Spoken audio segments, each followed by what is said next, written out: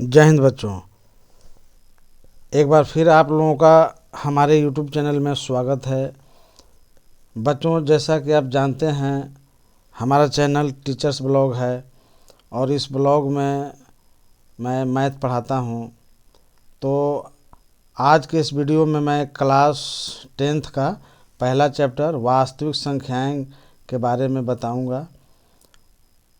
और चैप्टर शुरू करने से पहले मैं आप लोगों को यह कहना चाहता हूं कि मेहनत के बल पर भगवान को भी आसमान से धरती पर लाया जा सकता है। और कहा गया है कि जब जागा तभी सवेरा।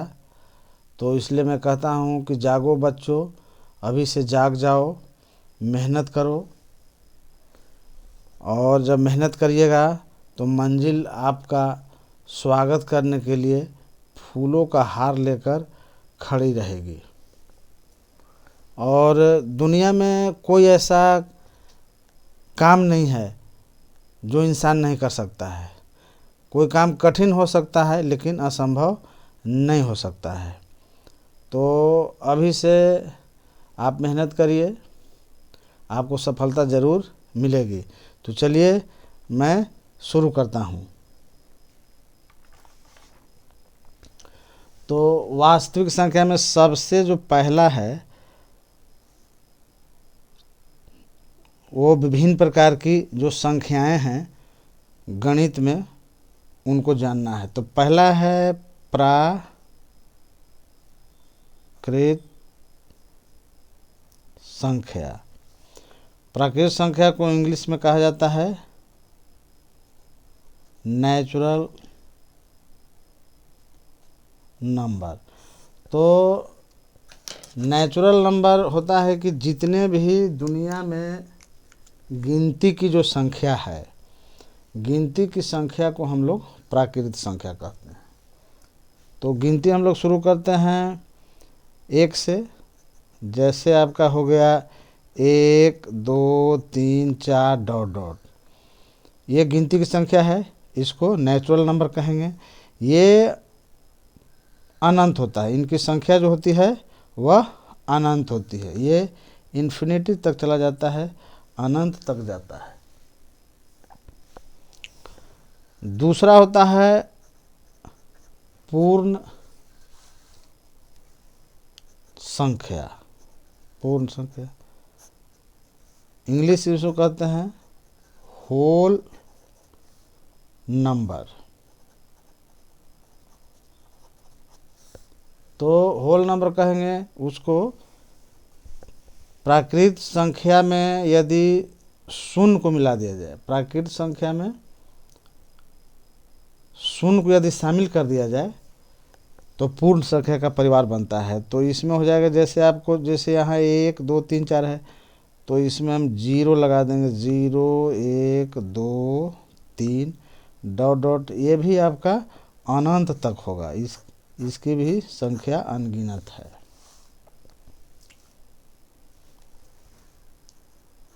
तीसरा है सम संख्या और विषम संख्या। इंग्लिश में इसको कहा जाता है, इसको इंग्लिश में कहा जाता है even number and odd number.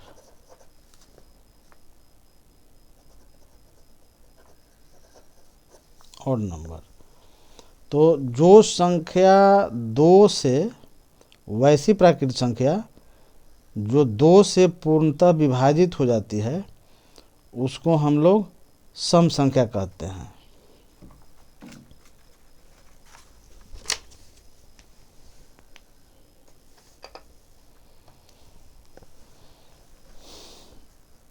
जैसे इसमें हो जाएगा आपको 2 4 6 डॉट डॉट।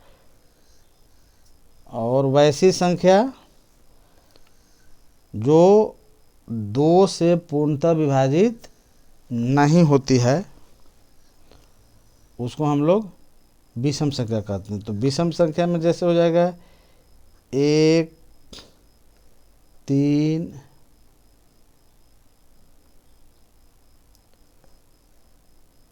5 dot dot.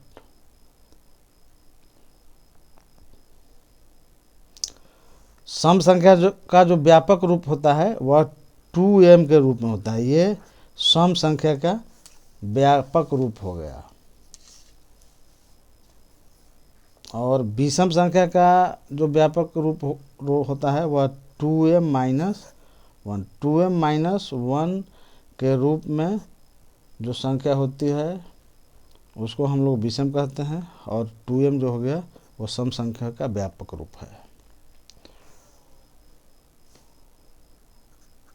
और चौथा है इसमें अभाज्य या ऋण और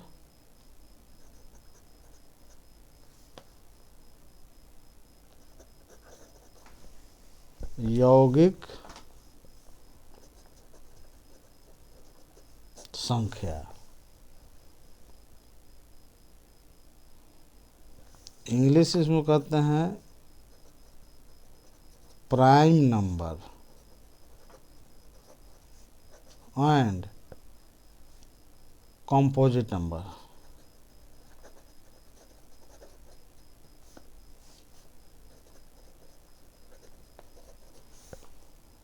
तो अभाज्य संख्या का परिभाषा है कि वैसी संख्या जो 1 से बड़ी, वे प्राकृत संख्या जो 1 या अपने को छोड़कर किसी भी दूसरे से पूर्णतः विभाजित नहीं होती है। और दूसरे शब्दों में कहेंगे तो इसका वैसा संख्या जिसका केवल 2 गुणनखंड हो। पहला 1 होता है और दूसरा स्वयं वह संख्या होती है। तो 1 से बड़ी वह प्राकृत संख्या जो 1 या अपने को छोड़कर किसी दूसरी संख्या से विभाजित न हो उसे अभाज्य संख्या कहते हैं। जैसे अभाज्य संख्या होता है 2, 3, 5, 7, 11। ये संख्या अपने या 1 को छोड़ करके किसी भी दूसरी संख्या से पूर्णतः नहीं कटेगी। और यौगिक संख्या वह प्राकृत संख्या है जो 1 या अपने को छोड़कर किसी दूसरी संख्या से भी विभाजित हो जाए। जैसे यौगिक संख्या 4, 6, 8, 9, ये यौगिक संख्या है। ये 1 या अपने को छोड़कर किसी भी दूसरी संख्या से भी विभाजित हो जाती है।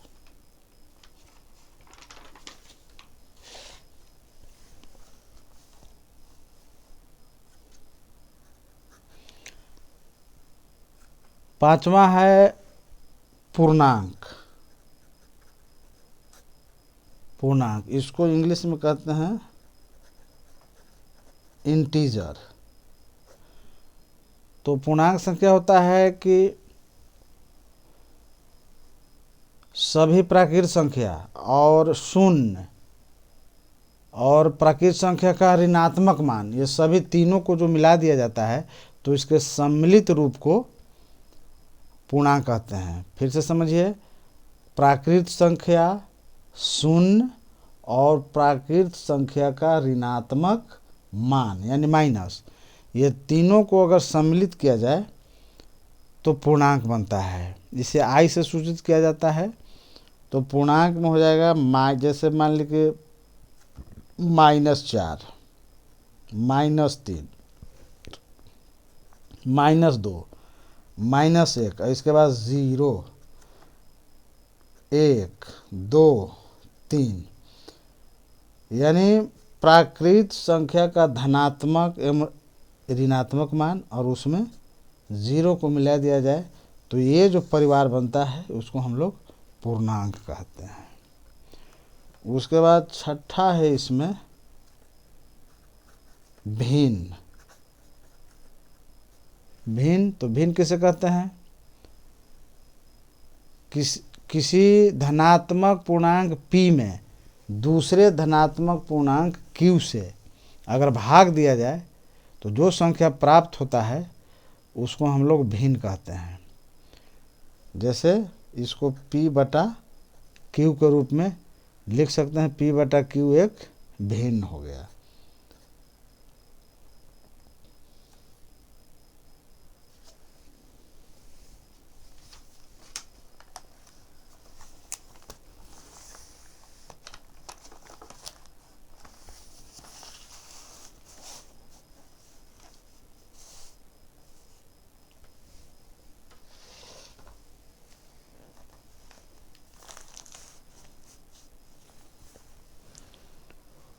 अब देखिए सातवां है इसमें परिमेय संख्या।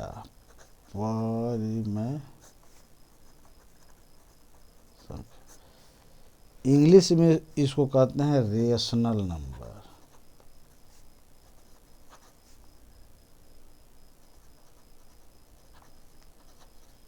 रेशनल नंबर तो इसका परिभाषा है कि एक पूर्णांक संख्या को किसी दूसरे पूर्णांक संख्या शून्य को छोड़ करके से अगर भाग देते हैं तो जो संख्या प्राप्त होता है उसको परिमेय संख्या कहते हैं।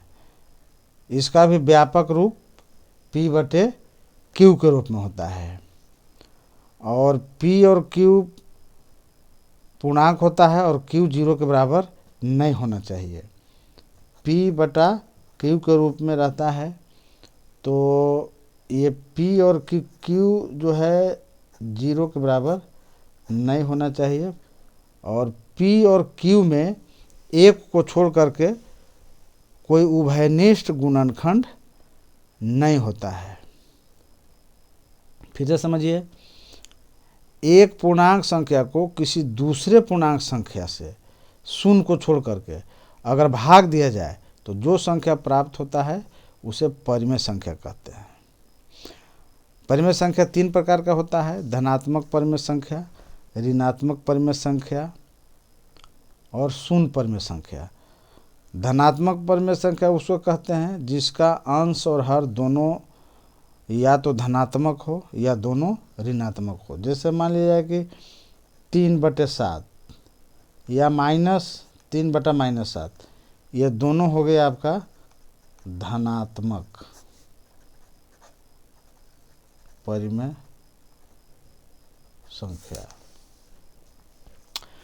ऋणात्मक में होता है कि अंश और हर दोनों में से कोई एक अगर ऋणात्मक है तो उसको ऋणात्मक परिमेय संख्या कहते हैं। जैसे मान लीजिए कि -13/5 हो सकता है या 13/-5 हो सकता है, तो ये ऋणात्मक परिमेय संख्या हो गया। और तीसरा होता है शून्य परिमेय संख्या, तो जिसका अंश शून्य हो उसे शून्य परिमेय संख्या कहते हैं। जैसे 0/3 ये शून्य परिमेय संख्या हो गया, 0/4 भी हो सकता है। तो जिसका अंश शून्य हो उसको हम लोग शून्य परिमेय संख्या कहते हैं। और परिमेय संख्या का जो मानक रूप होता है, तो मानक रूप तभी कहते हैं जब p और q में अंश और हर में एक को छोड़ करके दूसरा कोई उभयनिष्ठ गुणनखंड नहीं होना चाहिए। जैसे परिमेय संख्या आपका 8/6 भी है लेकिन इसमें उभयनिष्ठ गुणनखंड है, तो ये परिमेय संख्या का मानक रूप ये नहीं है। लेकिन 3/7 अगर लिखते हैं, 2/3 लिखते हैं तो ये मानक रूप में है, क्योंकि 3/7 और 2/3 में एक को छोड़ करके कोई दूसरा गुणनखंड उभयनिष्ठ नहीं है। तो ये था रियल नंबर यानी वास्तविक संख्या का थ्योरी। जय हिंद बच्चों।